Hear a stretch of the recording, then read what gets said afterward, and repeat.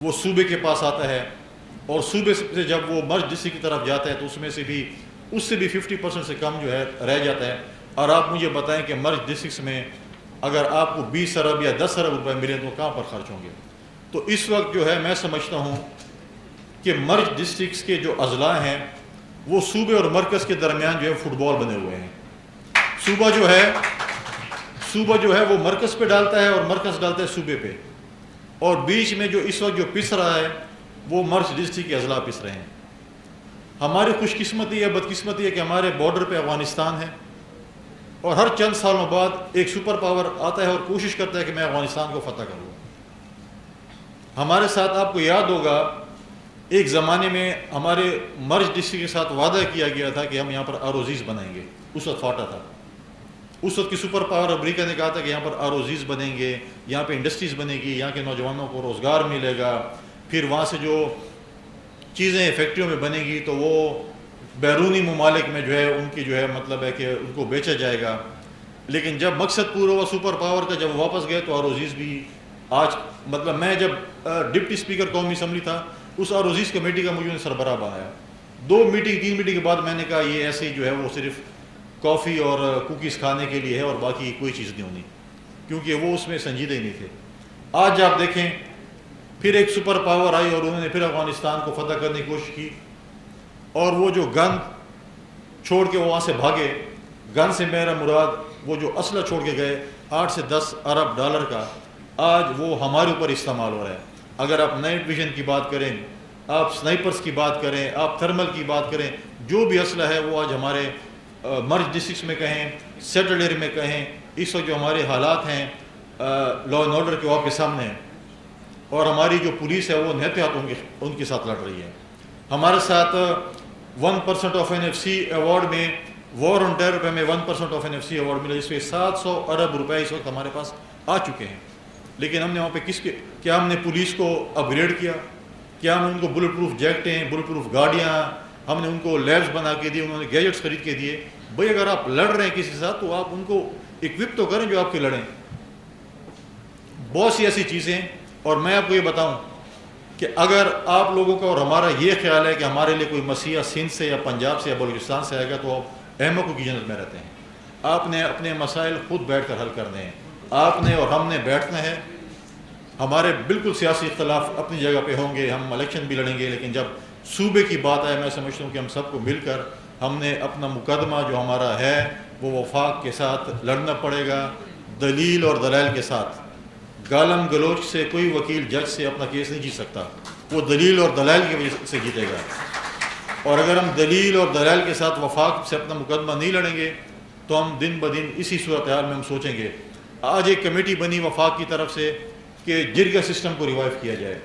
یہاں پر جب جرگہ ہوا تھا پرائم منسٹر صاحب آئے تھے، فیلڈ مارشل صاحب آئے تھے، تو صوبائی حکومت کا ایک یہ بھی مطالبہ تھا کہ مرج ڈسٹرکٹ کا جو ہے وہ فارمر فاٹا کا جرگہ بحال کیا جائے۔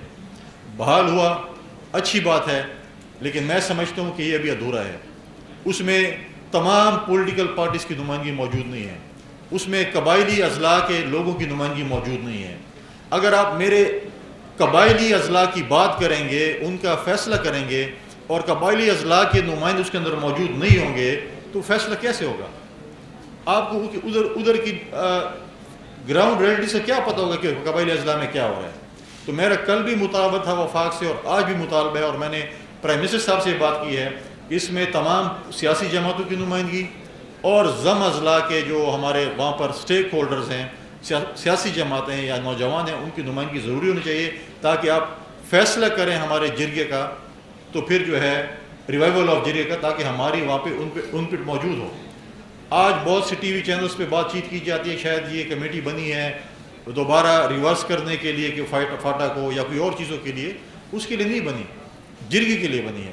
لہٰذا ہم کہتے ہیں کہ آج بھی ایسا فیصلہ ہو کہ ایسے آج ٹی وی پہ ڈیبیٹ ہوتی ہے کہ مرجر ٹھیک تھا یا غلط تھا، اب ہو چکا ہے، اب ڈیبیٹ ہو رہی ہے کہ ٹھیک تھا یا غلط تھا۔ لہٰذا ہم چاہتے ہیں کہ جرگہ ریوائیول اگر یہ چیز ہو رہی ہے تو ایسا فیصلہ ہونا چاہیے کہ اس کے بعد پھر ڈیبیٹ نہ ہو کہ یہ ہم نے ٹھیک کیا ہے کہ ہم نے یہ غلط کیا ہے۔